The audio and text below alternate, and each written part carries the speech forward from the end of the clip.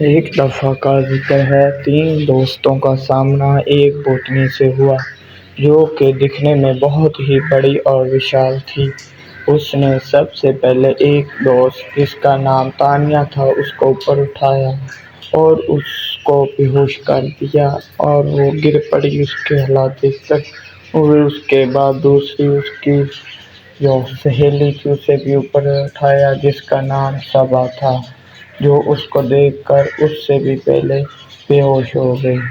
یہ سب منظر اس کا دوست دور سے پیچھے کھڑا دیکھ رہا تھا اور وہ بہت پریشان تھا کہ یہ کیا حالات بن چکے ہیں۔ ایک سے ایک میری فرینڈ گری جا رہی ہے اور مری جا رہی ہے۔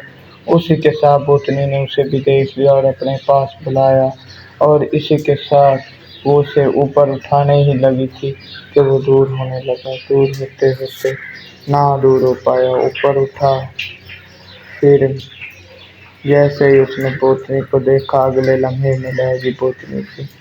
اب اس بار جو تانیہ تھی اس نے کے اندر بھوت جا چکا تھا۔ دونوں حیران تھے، پریشان تھے۔ تانیہ بھاگو بھاگو، تانیہ کہہ رہی تھی آپ چلے جاؤ، مجھے چھوڑ دو، میں اکیلی صحیح ہوں، آپ چلے جاؤ، اپنی جان بچاؤ۔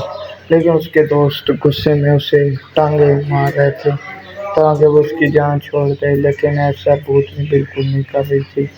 وہ یہی لمحات دیکھ کے ایک بار بے ہوش ہوا اور غصے میں پھر آگے آیا تو اب دیکھے غصہ بہت بڑھ چکا تھا ایک دوسرے میں۔ اب کیا ہوگا کیا ہوگا، اس کی بہن سسٹر بھی آ گئی تو یہ دیکھو بھوت میرے اندر ہے، وہ کہتی یہ دیکھو بھوت تنگ کر رہا ہے، آپ چلے جاؤ۔ یہ دیکھو بھوت نے اسے تنگ کیا کہ انہیں بھیجو، لیکن یہ جانے کا نام نہیں لے رہے تھے۔ تو اسی دوران یہ دیکھو اس کے بیچ میں سے نکلا اور اس کی سہیلی بے ہوش ہو گئی کہ میری کیا ہو گیا میری تانیہ کو۔ پھر بھوت نے اسے چھوڑا، تانیہ آگے ہو گئی، بھوت پیچھے نظر آ رہا تھا۔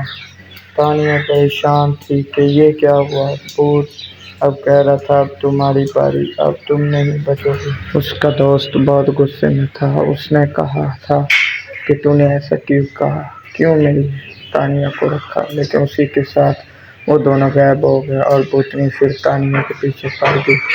اور یہ دیکھو بھوتنی دوڑے ہوئے جا رہی تھی تانیہ کی طرف۔ تانیہ کو لمحہ بے خبر تھی کہ پیچھے سے اسے کیا ہو رہا ہے، لیکن وہ بھوتنی اسے جا کے کہتی ہے تم میری دنیا میں چلو، میں تمہارا وہاں خیال رکھوں گی، یہ لوگ اچھے نہیں ہیں، تم میرے ساتھ چلو۔ تانیہ کو بیلا میں سنائی نہیں دے رہا تھا کہ پیچھے اس کے کیا ہو رہا ہے، وہ بالکل بھوت اس کے اوپر چڑھ چکا تھا۔ تانیہ حیران و پریشان تھی کہ اس ویران جنگل میں کہاں گئی، لیکن تانیہ کو یہ نہیں پتہ تھی کہ اب کیا ہوگا۔